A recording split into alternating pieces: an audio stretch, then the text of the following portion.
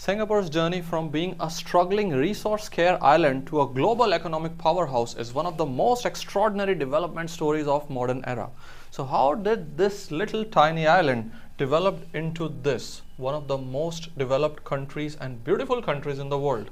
Let's learn about it through this lecture.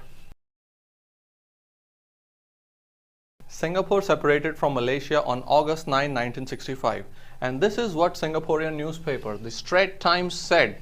This is what was published on their newspaper. Singapore is out, dated on August 10, 1965.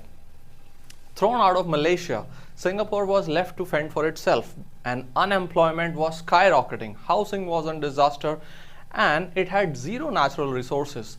The entire world doubted that it could even survive, but Singapore wasn't, trying to survive. It had something to prove. It wanted to thrive. This man, this leader with indomitable will, Lee Kuan Yew, envisioned a first world city-state rising from the ashes. His bold policies were a cocktail of discipline, innovation, and a no-nonsense governance. His government emphasized mainly upon three things. First, on zero tolerance for corruption. And he built a meritocratic system where hard work and talent were rewarded. Second, on economic pragmatism. It focused on attracting foreign investments while fostering a pro-business environment. And third, on social stability. It balanced ethnic diversity through equitable policies and fostered a sense of national identity.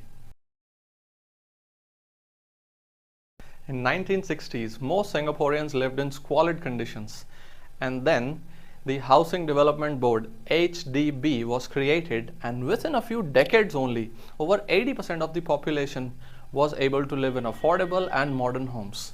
Housing projects didn't just solve the crisis of housing, they redefined urban living. Have a look at this photo. This is a picture from one of the Singaporean housing societies. In the 70s, Singapore became the world's workshop. Textiles, electronics, manufacturing put the country on the global map. And by the 90s, Singapore moved into high-tech technologies, creating silicon chips and becoming a global leader in biotech. Further, this is a picture of Port of Singapore, a global titan. With strategic location, Singapore built one of the busiest ports in the world. It handles 1/7 of the world's container transshipment traffic. Its free trade policies made it a go-to global hub for global trade. Singapore also revolutionized its education. From classrooms to boardrooms, Singapore didn't just focus on literacy, it built a world-class education system. Students consistently ranked top in global assessments according to PISA rankings. Universities became globally renowned, turning out Singapore's innovators and leaders and setting them to the world. Singapore weathered crises that would cripple most nations in the world. From Asian financial crisis in 1997 to SARS epidemic in 2003 to global financial crisis in 2008, quick government action didn't just keep the economy afloat, but also set the gold standards in crisis management. And while other countries faltered in 2008 global recession, Singapore bounced back with a record of 15.2% GDP growth in 2010. Incredible, isn't it?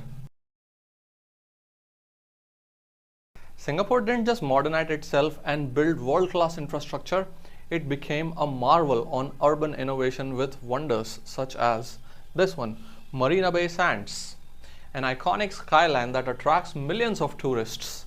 And this one's Garden of the Bay, a futuristic greenery showcasing sustainability. And this one is Changi Airport.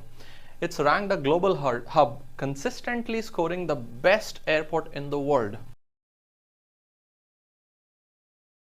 As a land-scarce nation, Singapore embraced green innovation with ambitious plans for zero-waste cities and urban farming. It has world-leading initiatives in renewable energy and water recycling. And this is what Singapore looks like today, as you can see.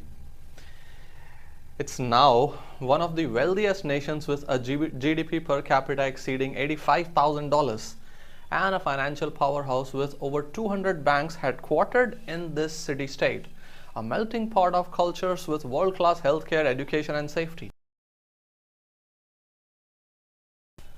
From a struggling muddy water to a shining beacon of growth and innovation, Singapore's journey is nothing short of miraculous. It didn't just rise, it soared to the top of the world. In fact, according to October 2024 Henley Passport Index, Singapore has the most powerful passport in the world, granting its citizens visa-free access to 195 countries. For more information on Singapore, you can read this book, The Rise of Singapore. It's got 2 volumes. It's available on Amazon, and you can learn a lot more about Singapore's growth.